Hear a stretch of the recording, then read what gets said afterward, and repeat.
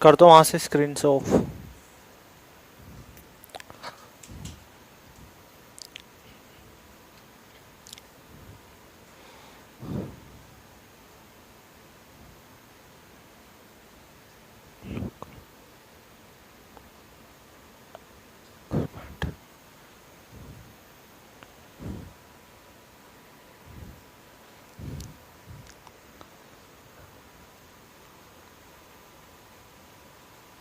ठीक है,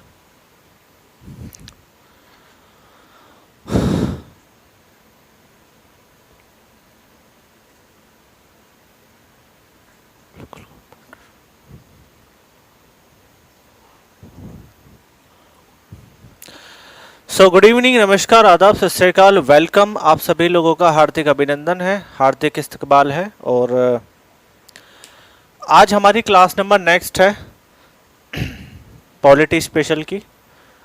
और जैसा कि आप लोगों को पता है कि हमारी लोकल गवर्नमेंट चल रही है और इस लोकल गवर्नमेंट को लगभग हमने 50% कंप्लीट कर लिया है। तो आज हम आगे पढ़ेंगे लोकल गवर्नमेंट के रिगार्डिंग। तो कुछ बच्चों की रिक्वायरमेंट ये थी कि सर एक बार आप ब्रीफ आइडिया दे दीजिएगा स्टार्टिंग से लोकल गवर्नमेंट का। तो मैं एक बार रफली आपको आइडिया बता देता हूँ लोकल गवर्नमेंट का स्टार्टिंग से ही, है ना। उसके बाद फिर हम आज लास्ट कर देंगे लोकल गवर्नमेंट को, जिससे कि लोकल गवर्नमेंट के आर्टिकल्स हो, पार्ट्स हो, कंसेप्शुअल हो, सब कुछ क्लियर हो जाए। ठीक है, ध्यान से समझना बच्चे। देखो, हमने लोकल गवर्नमेंट पढ़ ली और हम सब ये तो जानते हैं कि जो लोकल गवर्नमेंट होती है वो ग्रामीण लेवल पे एक शासन की प्रणाली होती है। ठीक है, यानी कि छोटे छोटे जो शहर होते हैं, छोटे छोटे जो गांव होते हैं, उनकी जो शासन की प्रणाली होती है वो लोकल गवर्नमेंट में होती है। ठीक है,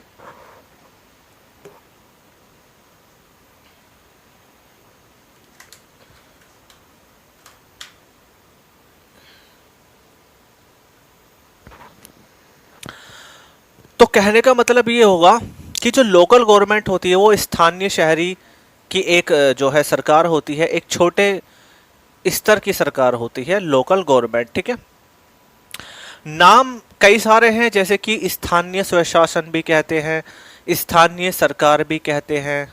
ठीक है, और आपका छोटे लेवल की सरकार भी कहते हैं, है ना। ये सभी इसके नाम हैं। सो अगर मैं बात करूं लोकल गवर्नमेंट के बारे में, तो आपको सबको पता है कि हमारा पार्ट 9 आता है। क्या आता है? पार्ट 9। और पार्ट 9 को मैं जब 3 भागों में डिवाइड करता हूं, जब पार्ट 9 को मैं 3 भागों में डिवाइड करता हूं, तो ये होता है एक तो पार्ट 9, एक होगा पार्ट 9 ए का सब क्लोज ए, और एक होगा बच्चे पार्ट 9 का सब क्लोज बी। ठीक है, आप इतनी बात समझ पाए। पार्ट 9 में क्या है? पार्ट 9 में है पंचायत, पंचायत। ठीक है, ध्यान से समझना, क्योंकि स्पेशल रिक्वायरमेंट में बता रहा हूं, अगेन दोबारा से स्लो मोशन में पढ़ाऊंगा बिल्कुल, जिससे कि आपको एक एक चीजें क्लियर हो लोकल गवर्नमेंट में। हालांकि लोकल गवर्नमेंट से क्वेश्चन बहुत कम बनते हैं, लेकिन फिर भी हमें कंसेप्ट क्लियर होना जरूरी है। ठीक है, तो पार्ट 9 की बात करो तो इसमें हमारी होगी पंचायत। ठीक है, पार्ट 9 ए में हमारी होती है क्या? म्युनिसिपैलिटीज, यानी के नगर पालिका। और 9 बी में हम लोग जानते हैं, इसमें है हमारी को ऑपरेटिव सोसाइटीज। ठीक है, को ऑपरेटिव सोसाइटीज। पार्ट 9 में जो पंचायत है ये कौन कौन सी है? क्योंकि पंचायत हमारी कौन कौन सी होगी? एक तो जिला पंचायत,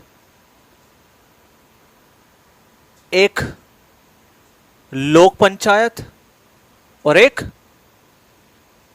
ग्राम पंचायत। ठीक है, ये आपकी 3 प्रकार की पंचायत होंगी। इतनी बात समझ पाए कि नहीं समझ पाए? म्युनिसिपैलिटीज का मतलब होता है नगर पालिका, और कोऑपरेटिव सोसाइटीज का मतलब होता है क्या? कोऑपरेटिव सोसाइटीज का मतलब होता है सहकारी समितियां। क्लियर हुई बात।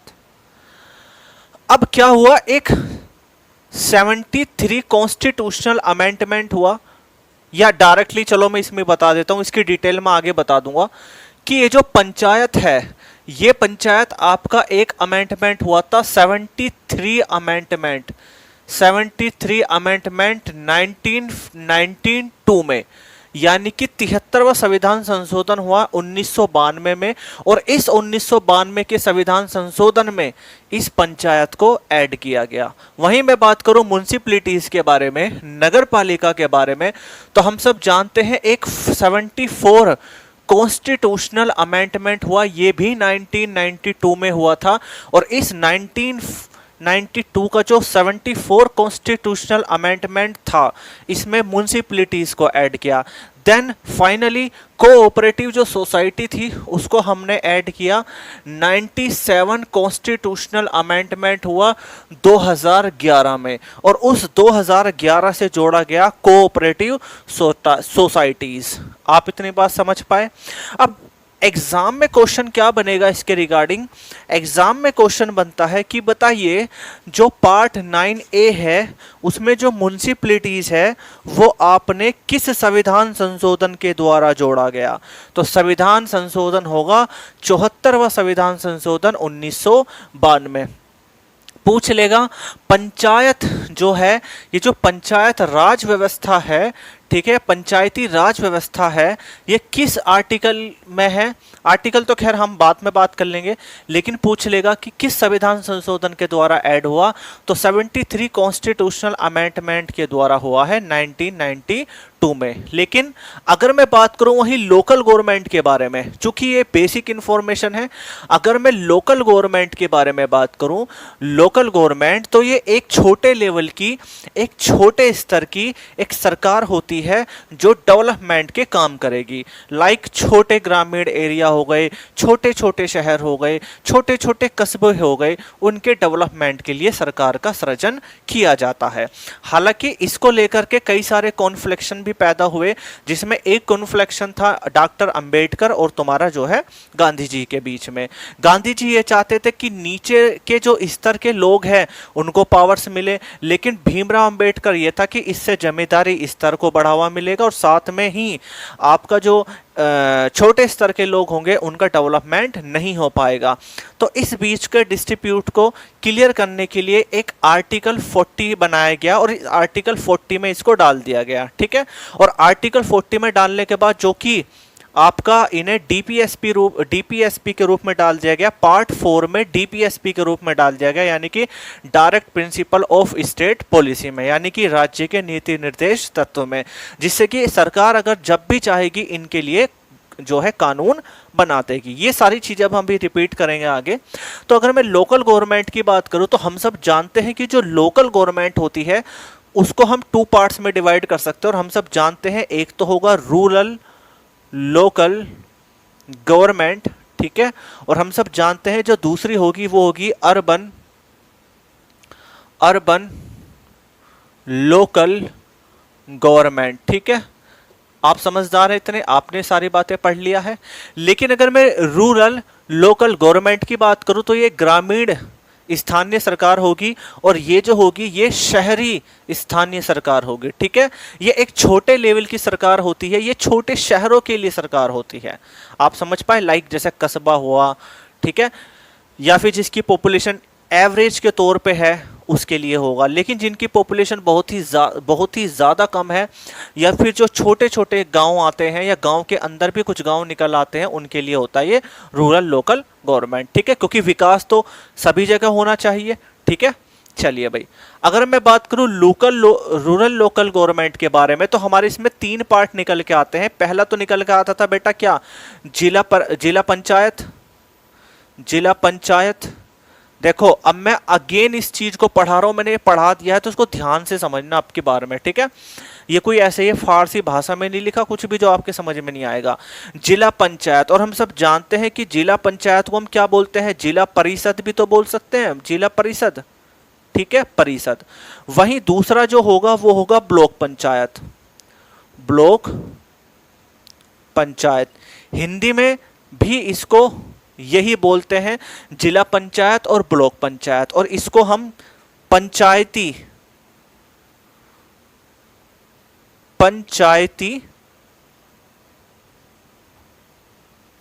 समिति भी कह सकते हैं। ठीक है, पंचायती समिति भी कहते हैं। और एक लास्ट में आपकी होगी ग्राम पंचायत। ठीक है, क्लियर हुई कि नहीं हुई बात।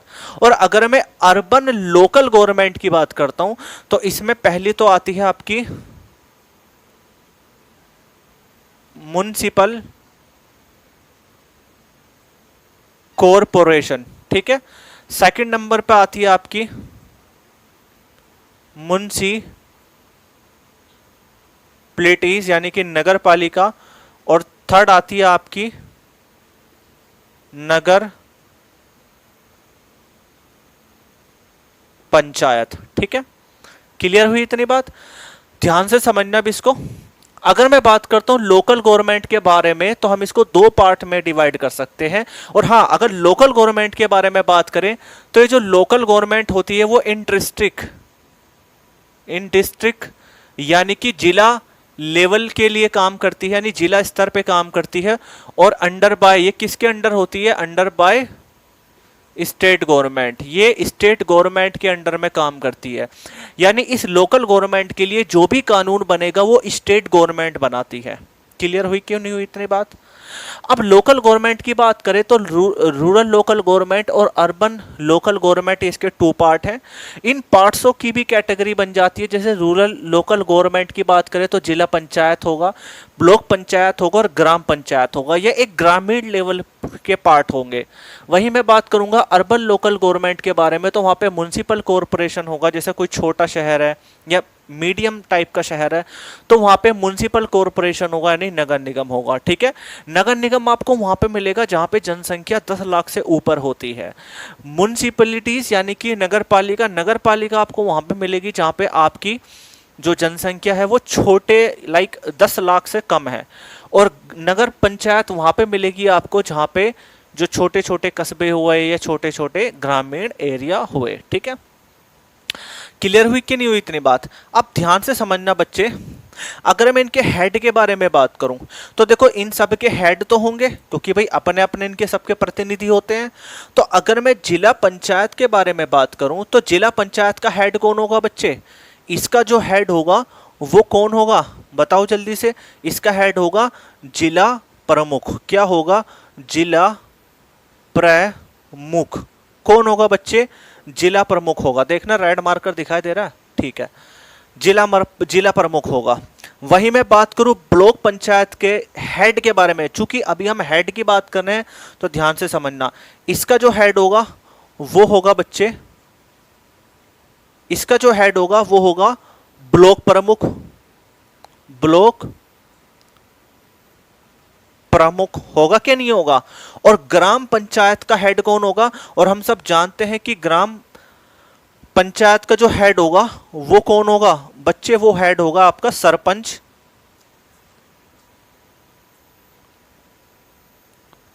सरपंच या फिर हम इसको प्रधान भी कह सकते हैं, कोई प्रॉब्लम नहीं है। ठीक है, पूरी चीजें सारी चीजें मैं इंग्लिश में लिख रहा हूं लेकिन हिंदी में साथ साथ ट्रांसलेट भी कर रहा हूं, हिंदी में भी बता रहा हूं।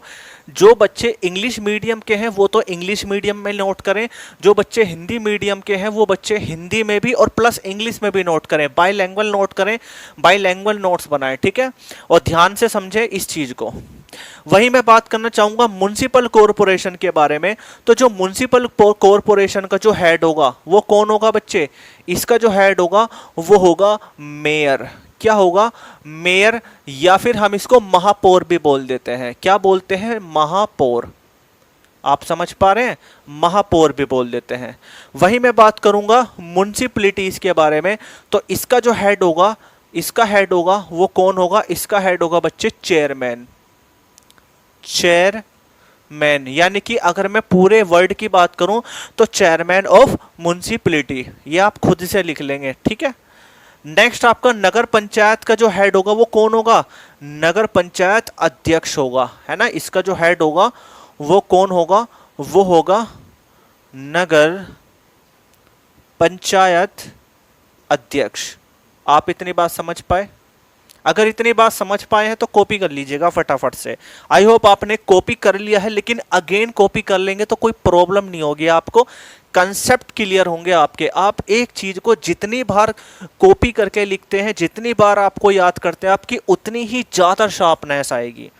आप कभी भी एग्जाम्पल में देख लीजिएगा, कभी भी एग्जाम्पल के रूप में, प्रैक्टिकल के रूप में कर लीजिएगा कि अगर आप किसी भी चीज को, मैं स्क्रीन से हटा हुआ हूं बच्चे, आप जिससे कॉपी कर लें, किसी भी चीज को अगर आप प्रैक्टिकली 1 से 2 बार 3 बार या उसको कई बार पढ़ते हैं तो वो आपके उतने ही अच्छी तरीके से कंसेप्ट क्लियर होते हैं। पहली बारे में किसी के भी कंसेप्ट क्लियर नहीं होता, चाहे वो कितना ही होशियार हो, ठीक है। सेकंड टाइम में उसको हल्का सा कंसेप्ट क्लियर होता है, थर्ड टाइम में उसको बिल्कुल क्लियर हो जाता है, फोर्थ टाइम में वो कभी नहीं भूलता। हाँ, लेकिन प्रैक्टिस करना बहुत जरूरी होता है इन चीज़ों को। और जितना आप लिख के याद करेंगे, जितना आप जो है इसको रिवाइज करेंगे, जितना आप इसको डिस्कशन करेंगे लोगों के साथ, आपको ना उतनी बेटर जीएस आएगी। और वही आपकी करंट अफेयर होती है, वही आपकी स्टैटिक जीके होती है। आई होप आपने कॉपी कर लिया होगा। अब इसको ध्यान से समझना बच्चे। भाई ये तो क्लियर हो गया आपका। अब इसको समझ ले, जो लोकल गवर्नमेंट होती है वो डिस्ट्रिक्ट लेवल पे काम करती है, अंडर बाय किसके अंडर काम करती है? स्टेट गवर्नमेंट के अंडर में काम करती है। और हम सब जानते हैं कि जो लोकल गवर्नमेंट होती है वो लोकल गवर्नमेंट को 2 भागों में बांट सकते हैं, अर्बन लोकल गवर्नमेंट और रूरल लोकल गवर्नमेंट, ठीक है। वहीं मैं बात करूंगा अर्बन लोकल गवर्नमेंट के बारे में, तो वहां पे म्युनिसिपल कॉरपोरेशन होगा, यानी कि नगर निगम होगा। जैसे गाजियाबाद नगर निगम, मेरठ नगर निगम, ठीक है, दिल्ली नगर निगम, ईटीसी। मैंने ये कुछ एग्जाम्पल दिए। नगर पालिका की बात करूं, जैसे मवाना नगर पालिका है ना, किला तो नहीं होगा शायद, 1-2 अभी तो मुझे मवाना का एग्जाम्पल याद है, तो है ना, मवाना नगर पालिका हुआ, वो 1-2-3 जगह और भी होगी। और नगर पंचायत की बात करूं तो नगर पंचायत छोटे लेवल पे होती है। वहीं मैं बात करूं म्युनिसिपल कॉरपोरेशन के बारे में, तो इसका जो हेड होगा वो मेयर होगा, यानी महापौर होगा। म्युनिसिपलिटीज यानी कि नगर पालिका का जो हेड होता है वो चेयरमैन होता है, जिसे हम चेयरमैन ऑफ नगर पालिका कहते हैं, नगर पालिका अध्यक्ष भी कहते हैं, या हम चेयरमैन ऑफ म्युनिसिपलिटी भी कहते हैं। नगर पंचायत का जो अध्यक्ष होगा वो नगर पंचायत अध्यक्ष होता है, ठीक है। अब बात करते हैं इनके मेंबर के बारे में। तो देखो, मेंबर मैं आपको लिख नहीं रहा हूं क्योंकि स्पेस नहीं बच रहा है, मैं आपको डायरेक्टली बता रहा हूं चूंकि आपने पढ़ लिया है। ध्यान से समझना, जिला पंचायत का जो सदस्य होते हैं उनको बोलते हैं जिला पंचायत सदस्य। क्या बोलते हैं? जिला पंचायत सदस्य। वही मैं बात करूं ब्लॉक पंचायत के सदस्य को क्या बोलेंगे? तो जो ब्लॉक पंचायत के सदस्य होते हैं उनको बोलते हैं ब्लॉक पंचायत के सदस्य, या फिर हम उन्हें बीडीसी भी बोल सकते हैं। बीडीसी का मतलब होता है ब्लॉक जो है डेवलपर काउंसलर, ठीक है, ब्लॉक डेवलपर काउंसलर, ठीक है ना। और ग्राम पंचायत का जो ग्राम पंचायत के जो सदस्य होते हैं उसको हम क्या बोलते हैं? ग्राम पंचायत सदस्य बोलते हैं, ठीक है। इतनी बात बताओ क्लियर हुई कि नहीं हुई? ठीक है, तो फिर से मैं बता रहा हूं, इसके जो सदस्य होते हैं वो जिला पंचायत के सदस्य होते हैं, इसके जो सदस्य होते हैं वो ब्लॉक पंचायत के सदस्य यानी बीडीसी यानी ब्लॉक डेवलपमेंट काउंसलर। और ये आपके जो ग्राम पंचायत होते हैं, ग्राम पंचायत के सदस्य ग्राम पंचायत सदस्य कहलाते हैं। वहीं मैं बात करूं म्युनिसिपल कॉरपोरेशन, तो ये जो कॉरपोरेशन के जो सदस्य होते हैं यानी कि नगर निगम के जो सदस्य होते हैं इनको हम पार्षद बोलते हैं, ठीक है। म्युनिसिपलिटीज के जो सदस्य होते हैं उनको बोलते हैं नगर पालिका के सदस्य या मेंबर ऑफ म्युनिसिपलिटीज। और नगर पंचायत के जो सदस्य बोलते हैं उनको हम क्या बोलेंगे? उनके सदस्यों को क्या बोलेंगे? नगर पंचायत का सदस्य। बस ये चीजें होती हैं और बाकी इसमें कुछ नहीं है, ठीक है। आप इतनी बात समझ पाए। अब इनके थोड़े से इलेक्शन के बारे में और बता देता हूं, क्योंकि बच्चों को इलेक्शन में काफी समस्या थी। इलेक्शन देखो, मैं कुछ भी चीज इरेज नहीं करूंगा अभी मैं तुम्हें यही सारी चीजें समझाता चलूंगा। मैं इलेक्शन के ऊपर आ जाता हूं, इलेक्शन की बात करता हूं। अगर मैं इलेक्शन की बात करूं तो एक इंग्लिश में मैं वर्ड लिख रहा हूं, ध्यान से समझना, यानी कि election of all election of local government, या ऐसे लिख लो election of all member of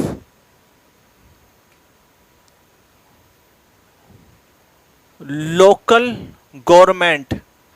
इन सब के जो चुनाव होते हैं, ठीक है, ऑल मेंबर ऑफ, सभी स्तरों की बात करना चाहूंगा, of all tier of local government, ये ज्यादा बेटर रहेगा। लोकल गवर्नमेंट हिंदी में मतलब होगा इसका कि सभी स्तर के जितने भी सदस्य होते हैं उनका जो इलेक्शन होगा बच्चे, वो होगा बच्चे आपका डायरेक्ट इलेक्शन। डायरेक्ट इलेक्शन होता है, डायरेक्ट इलेक्शन होगा। और इलेक्शन किसके द्वारा होगा? इलेक्ट बाय पीपल, यानी जनता के द्वारा होता है। ये जितने भी इसके सदस्य होते हैं, चाहे वो आपका जिला पंचायत हो, ब्लॉक पंचायत हो, ग्राम पंचायत हो, म्युनिसिपल कॉरपोरेशन हो, म्युनिसिपलिटीज हो, चाहे आपका नगर पंचायत हो, इनके जितने भी सदस्य होंगे उनका जो चुनाव होगा वो डायरेक्ट होगा। किसके द्वारा होगा? जनता के द्वारा होगा। क्लियर हुई कि नहीं हुई इतनी बात? ठीक है। लेकिन अगर मैं बात करूं नगर पंचायत, ब्लॉक पंचायत, इन दोनों के हेड के बारे में, यानी कि जो जिला प्रमुख है और जो ब्लॉक पंचायत है, इन दोनों के जो इलेक्शन होंगे, इन दोनों के जो इलेक्शन होंगे वो होंगे कैसे? वो होंगे इनडायरेक्ट। कैसे होंगे? इनडायरेक्ट। अब इनडायरेक्ट कैसे होंगे, ध्यान से समझना। जो जिला प्रमुख होता है वो किन में से बनता है? जिला प्रमुख जो बनता है वो जिला पंचायत के सदस्यों में से बनता है। जैसे मान लीजिएगा कि जिला पंचायत के 50 सदस्य चुने गए, तो उन 50 सदस्यों में से एक जिला प्रमुख बनेगा, और जो वे जिला पंचायत के जो सदस्य होंगे वे वोटिंग करेंगे किसके लिए? जिला प्रमुख के लिए। क्लियर हुई बात? और वही कंसेप्ट है ब्लॉक पंचायत का, कि जो ब्लॉक पंचायत का जो ब्लॉक प्रमुख जो होगा वो बीडीसी में से ही चुना जाएगा। ठीक है, मान लो कहीं 100 बीडीसी चुने गए तो उन 100 बीडी में से एक जिला प्रमुख बनेगा। क्लियर हुई कि नहीं हुई इतनी बात? लेकिन अगर मैं एक कंसेप्ट के बारे में बात करूं, चूंकि यहां स्पेस नहीं बच रहा है, ये मुझे थोड़ा सा क्लियर करना पड़ेगा। आप लोगों ने खैर कॉपी तो कर लिया होगा, ऊपर का मैं क्लियर कर देता हूं। ठीक है भाई, आपने लिख लिया होगा। लेकिन अगर मैं बात करता हूं आपको, एक तो आपका सरपंच, बल्कि मैं ऊपर ही लिख देता हूं, एक तो आपका सरपंच, सरपंच जिसे हम प्रधान भी बोलते हैं, या फिर अगर मैं बात करूं चेयरमैन, चेयरमैन ऑफ म्युनिसिपैलिटी यानी कि नगर पालिका, और chairman of municipal corporation, MC, dot short में लिख दिया मैंने एमसी, यानी कि म्युनिसिपल कॉरपोरेशन। इन सब के जो भी हेड होंगे उनका चुनाव, जो उनका इलेक्शन होगा वो कहीं कहीं डायरेक्ट भी होता है और कहीं कहीं इनडायरेक्ट भी होता है। याद रखेंगे। अब ये डायरेक्ट और इनडायरेक्ट का कंसेप्ट क्या है? तो ये डिपेंड करता है किसके ऊपर? यानी कि डिपेंड्स ऑन स्टेट गवर्नमेंट, यानी कि ये स्टेट गवर्नमेंट तय करती है कि सरपंच या चेयरमैन ऑफ म्युनिसिपैलिटी यानी नगर पालिका का अध्यक्ष या फिर म्युनिसिपल कॉरपोरेशन महापौर का जो चुनाव होगा वो कहाँ पे डायरेक्ट होगा, कहाँ पे इनडायरेक्ट होता है। ये डायरेक्ट, ये जो कंसेप्ट है ये किस पे लागू हो जाता है, यानी किस पे ये छोड़ दिया जाता है? स्टेट गवर्नमेंट पे। यानी कहने का मतलब ये है कि जो सरपंच होगा, जो आपका चेयरमैन होगा नगर पालिका का, और जो महापौर होगा, इनका चुनाव जो होता है वो कहीं कहीं डायरेक्ट भी होता है। डायरेक्ट का मतलब जनता के द्वारा, और कहीं कहीं इनडायरेक्ट भी होता है। जैसे दिल्ली का आपका नगर वो होगा म्युनिसिपल कॉरपोरेशन यानी कि महापौर, तो उसका चुनाव डायरेक्ट नहीं होता, उसका चुनाव इनडायरेक्ट होता है। जैसे पंजाब है, वहाँ पे भी नहीं होता ऐसा।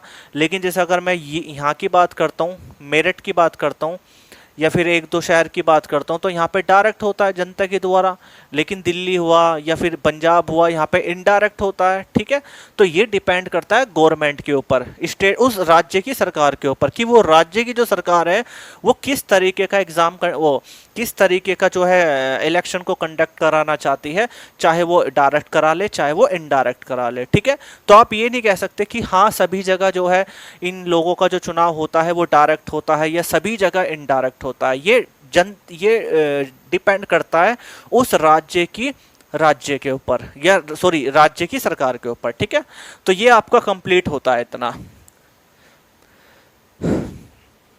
कॉपी कर लो इसको फटाफट से, इसमें अब कुछ नहीं बचा। ये अभी तक हमने पढ़ लिया, ये अभी तक हमने पढ़ लिया। ठीक है, अब हम जो आज आगे पढ़ेंगे वो थोड़ा सा ध्यान में समझने की कोशिश करना बच्चे, वो बहुत ही ज़्यादा महत्वपूर्ण है। और आज मैं पूरी लोकल गवर्नमेंट कंप्लीट कराने की कोशिश करूँगा जिससे कि आपका सिलेबस फटाफट हो। देखो हर चीज़ में बेटा पेशेंस रखो, अगर आप किसी भी चीज़ को पेशेंस के साथ पढ़ते हो है ना, तो आपका ना सफलता बिल्कुल निश्चित होगी। मैंने ऐसे ऐसे बच्चे देखे, आप यकीन नहीं करोगे कि जो बच्चे ना टेस्ट में 0 नंबर लेके आते हैं, 5 नंबर लेके आते हैं, 10 नंबर लेके आते हैं, वो मेहनत देखो, अगर वो सोचेंगे पॉजिटिव तो देखो बेटा हमेशा एक ना एक दिन ऐसा आएगा कि आपके मार्क्स, अब जैसे कल के टेस्ट में काफ़ी कम बच्चों के मार्क्स कम आए, तो वो उनको निराश होने की ज़रूरत नहीं है, उनको डिमोटिलाइज नहीं होना, डिमोटिवेट नहीं होना, वो मोटिवेट रहे कि एक ना एक दिन तो ऐसा आएगा कि हमारे बटे के बटे नंबर आएंगे, 100 आउट ऑफ 100 आएंगे। समझ में आ रही है कि नहीं आ रही है बात? तो इसलिए थोड़ा सा हमेशा पॉजिटिव रहो। देखो मेरी 2-3 आप बातों को मान के चलो। देखो मेरे जो सर थे, मेरे जितने भी सर हैं, जितने भी मेरे टीचर रहे हैं, कोई IPS है, कोई IAFS है, कोई IAS है, मतलब किसी ना किसी अच्छे फील्ड में वो है। और उन्होंने मुझे भी एक बात बताई थी कि भाई देखो ज़्यादा पढ़ने से कभी सिलेक्शन नहीं होता। ये मैं खुद भी अपने लिए इम्प्लीमेंट करता हूँ। ज़्यादा पढ़ने से कभी सिलेक्शन नहीं होगा, सिलेक्शन होता है सही पढ़ने से, पहली बात। दूसरी बात कि एक चीज़ को 10 बार पढ़ो, एक चीज़ को 10 बार पढ़ो, ना कि 10 बार पढ़ो। मतलब ऐसा नहीं कि जैसे आपकी पॉलिटी है तो 10 बुक इकट्ठा कर लिया और उसको पढ़ रहे हो, नहीं।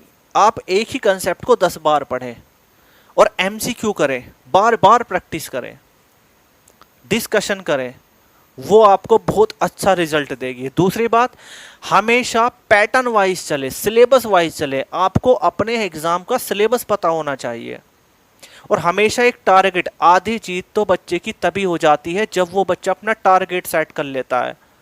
अगर किसी, भले चाहे वो टारगेट छोटा हो या बड़ा हो, वो डजंट मैटर, लेकिन जिसने भी पहले टारगेट कर लिया कि भाई मेरा टारगेट ये है, अब उसके लिए कैसे तैयारी करनी है वो बाद का मैटर है। लेकिन अगर उसने टारगेट फिक्स कर लिया तो आधी तैयारी तो उसकी वहीं पे ही हो गई। उसके बाद टीचर अच्छे मिल जाओ और आप लोग मेहनत कर लो तो सिलेक्शन तो पक्का है। बताओ, मैं ये मानता हूँ प्राइवेट नौकरी से ज़्यादा बेटर है गवर्नमेंट नौकरी में सिलेक्शन लेना। भाई गवर्नमेंट आपसे ये तो कहते हैं कि मैथ रीजन इंग्लिश में सवाल करके दिखा दो, वो आप पढ़ के सोल्व कर दो, आपको नौकरी मिल जाएगी। समझ रहे हो ना? और प्राइवेट नौकरी में क्या है, दुनिया भर के इंटरव्यू होंगे आपके इंग्लिश में, दुनिया भर की रिक्वायरमेंट होगी, आपकी 1 महीने की सैलरी भी डिपॉजिट में रखेंगे सिक्योरिटी में, उसके बाद भी नहीं पता वो कब तुम्हें बाहर टर्मिनेशन लेटर दे के तुम्हें बाहर निकाल दे। डर बना रहता है ना, तो इसलिए थोड़ा सा। और अभी UPSI भी आ रहा है, ठीक है, ध्यान रखना। UPSI आने वाला है, यूपी कांस्टेबल आने वाला है, सारे एग्जाम आने वाले हैं। अब देखो ध्यान से समझना बच्चे, आज हम बात करते हैं डेवलपमेंट ऑफ लोकल गवर्नमेंट के बारे में। लोकल गवर्नमेंट यानी कि जो हमारी स्थानीय सरकार है उसके विकास के बारे में। हिंदी में लिख देता हूं,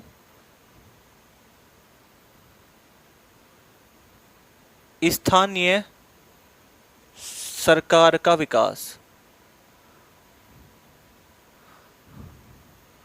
अगर मैं बात करूं डेवलपमेंट ऑफ लोकल गवर्नमेंट के बारे में, तो देखो ये मुगल काल से चली आ रही है, मौर्य काल में भी थी, लेकिन जो इसका डेवलपमेंट हुआ वो कहां से हुआ, वो ब्रिटिशर्स लोगों के हुआ, ब्रिटिशर्स लोगों ने किया और अंग्रेज के जमाने से ये इसका डेवलपमेंट होना चालू हुआ।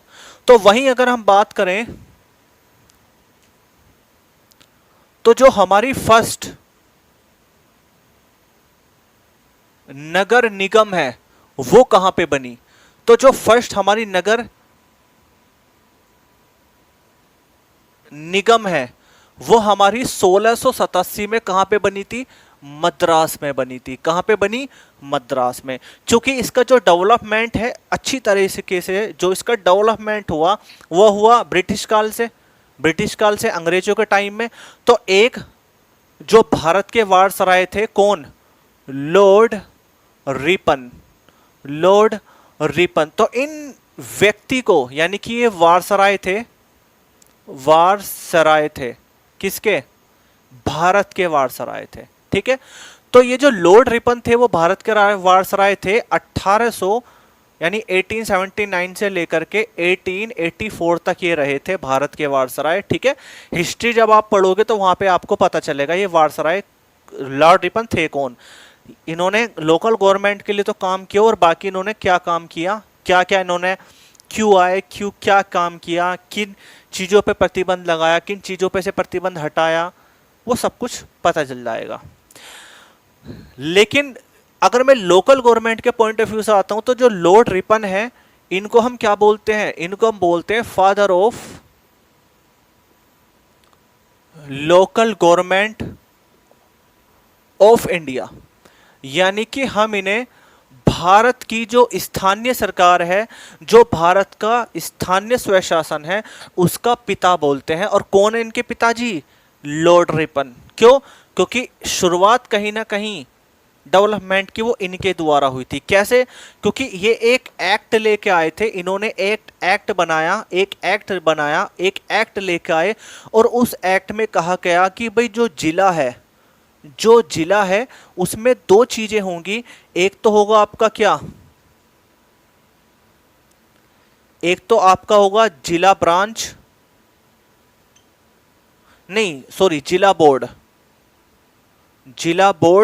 और एक होगा तालुका बोर्ड। एक तो होगा जिला बोर्ड और एक होगा तालुका बोर्ड। अब इसी एक्ट में जिले में दो चीज इंप्लीमेंट की गई, जिला बोर्ड और तालुका बोर्ड, और इसी को ही हम लोकल गवर्नमेंट का मेगना कार्टा भी कहते हैं। तो एग्जाम में सवाल बन के आ सकता है कि बताइए लोकल गवर्नमेंट का फादर किसे कहते हैं? तो लॉर्ड रिपन को। लोकल गवर्नमेंट का मेगना कार्टा किसे कहता है? तो ऑप्शन देख लेना, ऑप्शन में मिले ना लॉर्ड रिपन तो टिक लगा देना, यानी लॉर्ड रिपन को लोकल गवर्नमेंट का मेगना कार्टा भी कहते हैं, क्योंकि इसने ये एक्ट पास किया था लोकल गवर्नमेंट के लिए। आप इतनी बात समझ पाए? अगर इतनी बात समझ गए तो कॉपी कर लीजिए फटाफट इसको, फिर मैं आपको आगे समझाता हूं।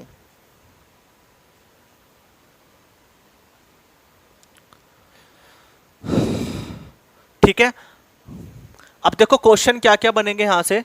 क्वेश्चन यहां पे क्या क्या बनेंगे ध्यान से समझने की कोशिश करना। डेवलपमेंट ऑफ लोकल गवर्नमेंट, पहला क्वेश्चन बन सकता है कि बताइए पहली नगर निगम की स्थापना कहां पे हुई और कब हुई? तो आंसर होगा 1687 में, और कहां पे? मद्रास में। पूछ लिया जाएगा कि फादर ऑफ लोकल गवर्नमेंट किसे कहा जाता है? तो लॉर्ड रिपन को। लॉर्ड रिपन को भारत की जो लोकल गवर्नमेंट है उसका मेगना कार्टा भी कहा जाता है। ठीक है, क्यों कहा जाता है मेगना कार्टा? क्योंकि उसने दो एक्ट बनाए, एक एक्ट लेकर आए जिले के लिए, उसमें एक तो रखा जिला बोर्ड और एक लिखा तालुका बोर्ड। और ये जो लॉर्ड रिपन कौन थे? तो ये भारत के वारसराय थे 1889 से लेकर के 1884 तक। इतनी बात आप समझ में आई कि नहीं आई?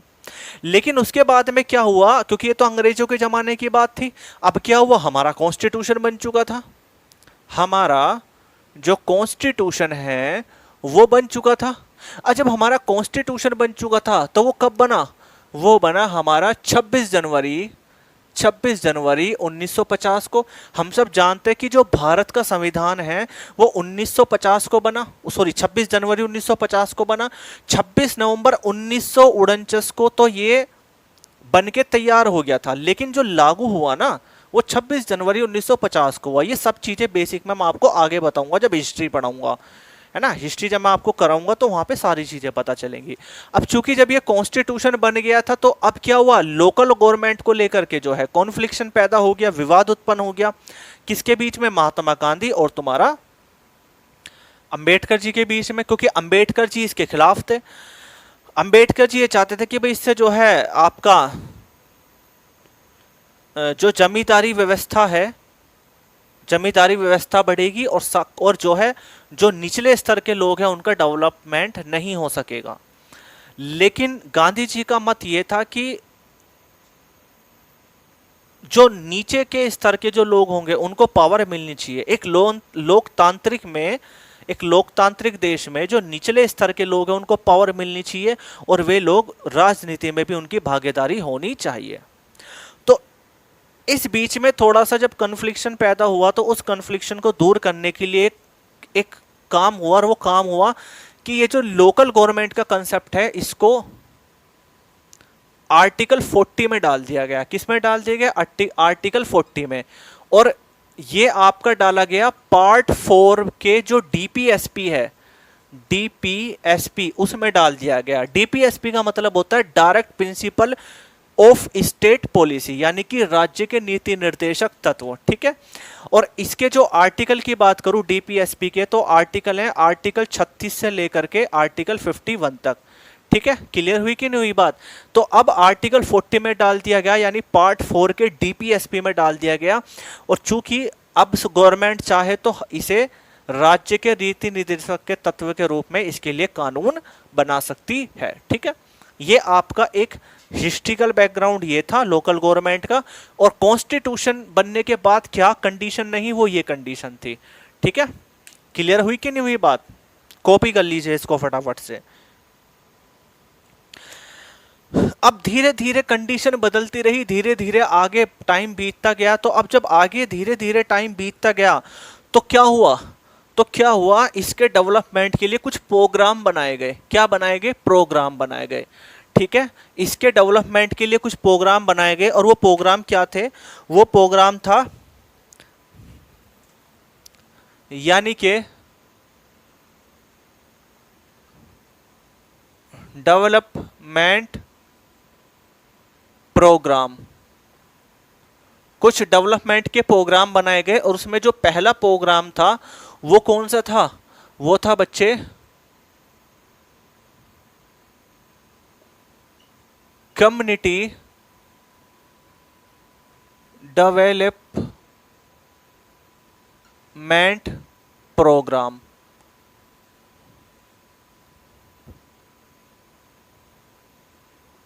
ठीक है। हिंदी में अगर मैं बात करूं तो इसका हिंदी में मतलब होगा सामुदायिक विकास कार्यक्रम। हिंदी में बता रहा हूं बच्चे, लिख लो। और नेक्स्ट आपका होगा नेशनल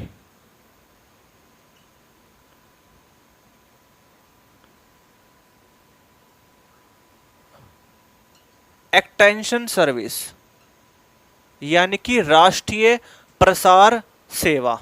और ये जो बना था प्रोग्राम, ये बना था 1952 में। और ये आपका बना था 1953 में, जस्ट उसके एक साल बाद। और इनका जो मेन काम था, डेवलपमेंट ऑफ लोकल गवर्नमेंट। इन दोनों का जो विशेष काम था वो था डेवलपमेंट ऑफ लोकल गवर्नमेंट। लेकिन आगे चल के ये जो प्रोग्राम है ये क्या हो गए बच्चे, फेलियर हो गए, यानी कि फेल हो गए।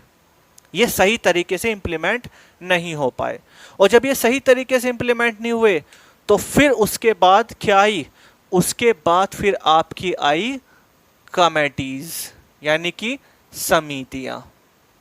क्या आई बच्चे, समितियां यानी कमेटी। ठीक है। एक मिनट रुको बच्चे, मैं इंक ले लेता हूं जरा अपने मार्कर में। आप इतने इसको कॉपी कर लीजिएगा फटाफट से। अरे सोनू लाल, फिलअप कर दो दोनों मार्कर फटाफट से।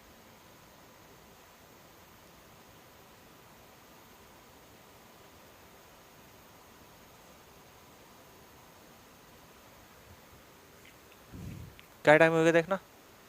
अच्छा,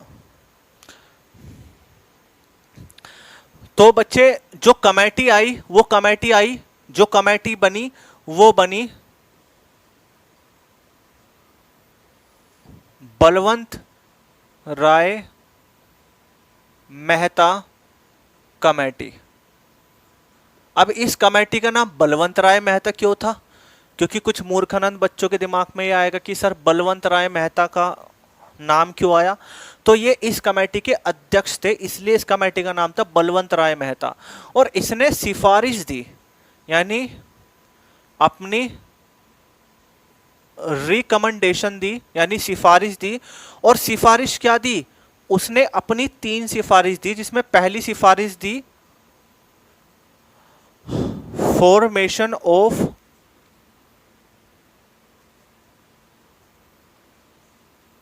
पंचायती राज। दूसरी जो है आपकी रिकमेंडेशन दी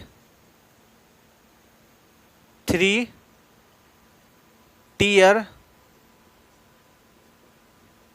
सिस्टम ऑफ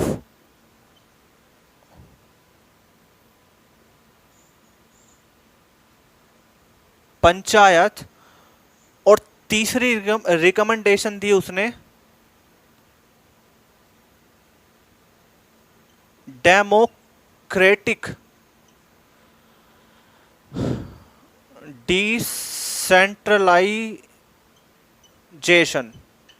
यानी कि हिंदी में अगर बात करें तो फॉर्मेशन ऑफ पंचायती राज, यानी कि पंचायती राज का गठन। अरे क्या नाम है वो, दूसरे वाला मार्क कर देना, वो ब्लू वाला फिलअप कर देना। हाँ,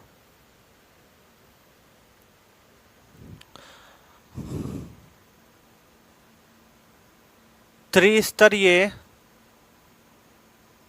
व्यवस्था हिंदी में मतलब हुआ ये, और ये हुआ हिंदी में लोक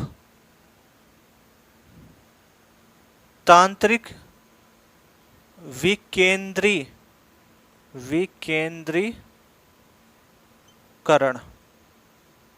ठीक है, अब इसको समझने की कोशिश करना बच्चे। देखो, जब डेवलपमेंट प्रोग्राम हुए तो इसमें पहला प्रोग्राम हुआ कम्युनिटी डेवलपमेंट प्रोग्राम, यानी कि सहकारी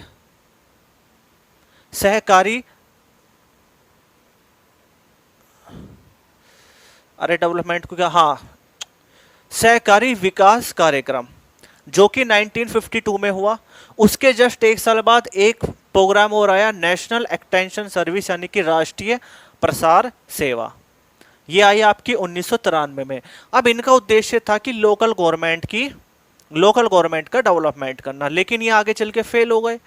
अब जब आगे चल के फेल हो गए तो प्रोग्राम कभी कभी एग्जाम में पूछ लिया जाता है कि कौन लोकल गवर्नमेंट के लिए कौन से 2 प्रोग्राम बनाए गए, तो उनके नाम ये है। या पूछ लेगा ऐसा कौन सा प्रोग्राम था जो लोकल गवर्नमेंट का था और वो आगे चल के फेल हो गया, तो यही वे 2 नाम है। ठीक है, अब जब कमेटी, क्योंकि जब ये प्रोग्राम फेल हो गए तो उसके बाद क्या हुआ, उसके बाद तो कमेटी बनी, क्योंकि कमेटी आई, कमेटी ने अपनी अपनी सिफारिश दी और कमेटी, कई सारी कमेटी आई।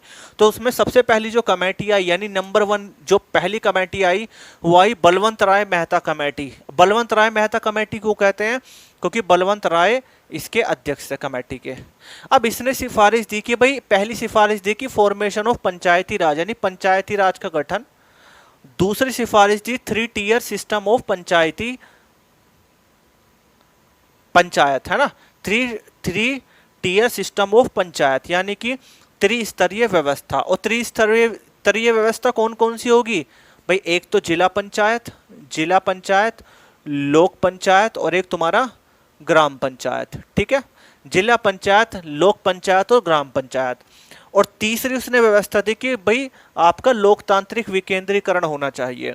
विकेंद्रीकरण आप लोग जानते हैं कि छोटे स्तर पे पावर्स को डेलीकेट करना, यानी कि बड़ा स्तर छोटे स्तर को अपनी पावर्स को डेलीकेट करना। और लोकतांत्रिक का मतलब क्या हो गया कि भाई देखो, लोकतांत्रिक का मतलब यह है कि लोगों की तो भागीदारी होनी चाहिए राजनीति में। तो अब जैसे कि मान लीजिएगा कोई गांव है, तो उस गांव का जो भी सरपंच बनेगा, यानी जो भी उसका प्रधान बनेगा वो उसी गांव का ही तो बनेगा, ये दूसरे गांव का सरपंच थोड़ी बन जाएगा। भाई उसी गांव का व्यक्ति बनेगा तो उस गांव के व्यक्ति को वहां पे पावर मिली कि नहीं मिली, तो यानी कि उसी गांव के व्यक्ति को वहीं पे पावर मिली, तो ये आपका होता है डेमोक्रेटिक डिसेंट्रलाइजेशन। ऐसा नहीं कि गांव कोई और है और उसका सरपंच किसी और के गांव का बनना है, ऐसा नहीं, अपने गांव का व्यक्ति अपना ही गांव का सरपंच बनेगा, ठीक है, और उसको पावर्स वो डेलीकेट कर दी जाएगी विकास के लिए, ठीक है। इतनी बात क्लियर हुई। अब अगर मैं बात करूं फॉर्मेशन ऑफ पंचायती राज के, फॉर्मेशन ऑफ पंचायती राज के बारे में, तो पंचायती राज का जो गठन सबसे पहले किस स्टेट ने किया, ध्यान से समझना, सबसे पहले किस स्टेट ने किया, तो वो स्टेट था, वो था बच्चे राजस्थान स्टेट, राजस्थान स्टेट। और कब किया, ये किया था 2 अक्टूबर 1959 में था, 1959 में किया, ठीक है। और कहां पे किया, राजस्थान तो चूंकि बहुत बड़ा है तो तो ये किया आपका नागौर जिले में, ठीक है, नागौर जिले में। तो तो एग्जाम में पूछ लिया जा सकता है कि बताइए पंचायती राज व्यवस्था को अपनाने वाला सबसे पहला राज्य कौन सा था, तो वो था आपका राजस्थान, और ये विधिवत रूप से अपनाया था, है ना, विधिवत रूप से अपनाया था। लेकिन अगर वो पूछ ले कि प्रैक्टिकली रूप से, चलो ये तो मैं बाद में बताऊंगा प्रैक्टिकली वाला। दूसरा जो स्टेट बना वो बना आंध्र प्रदेश, इसने आप अपनाई थी 1959 में, ठीक है। तीसरा जो बना वो बना था असम, असम बना था 1960 में। उसके बाद तुम्हारा जो है तमिलनाडु भी आया, उसके बाद तुम्हारा कर्नाटक भी आया।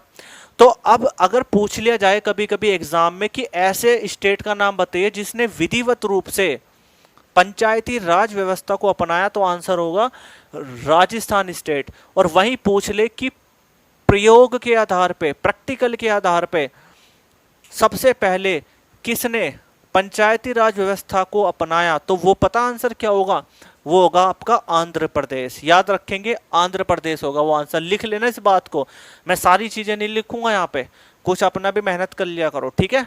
तो वो होगा आपका आंध्र प्रदेश। क्लियर हुई कि नहीं हुई बात इतनी, ठीक है।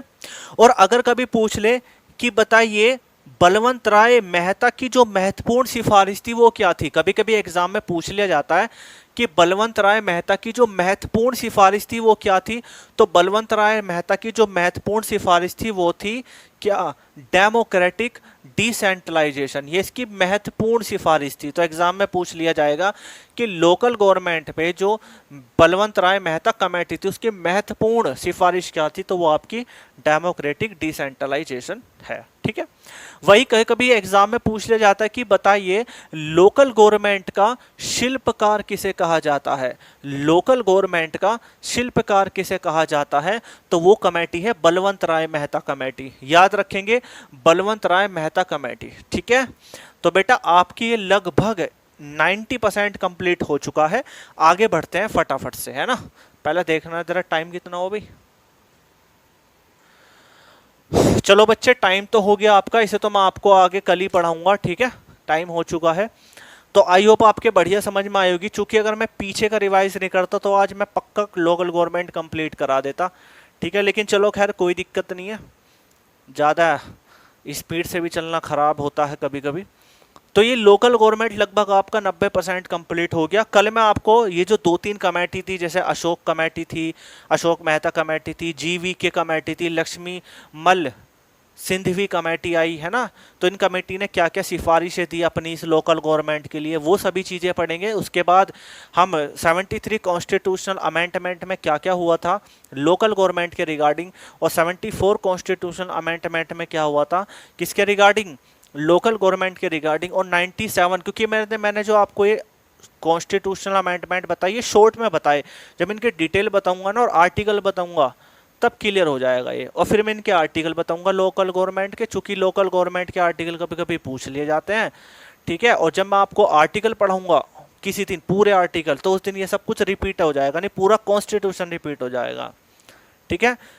फिर मैं आपकी एक क्लास रखूंगा रिपीटेशन की, जिससे कि मैं कोई सा भी एक टॉपिक, हाँ एक चीज़ और, काफ़ी सारे बच्चे कह रहे थे कि सर जो हमारे पीछे के जो टॉपिक है आप उसको एक स्पीड वे में आप उसको रिवाइज करें।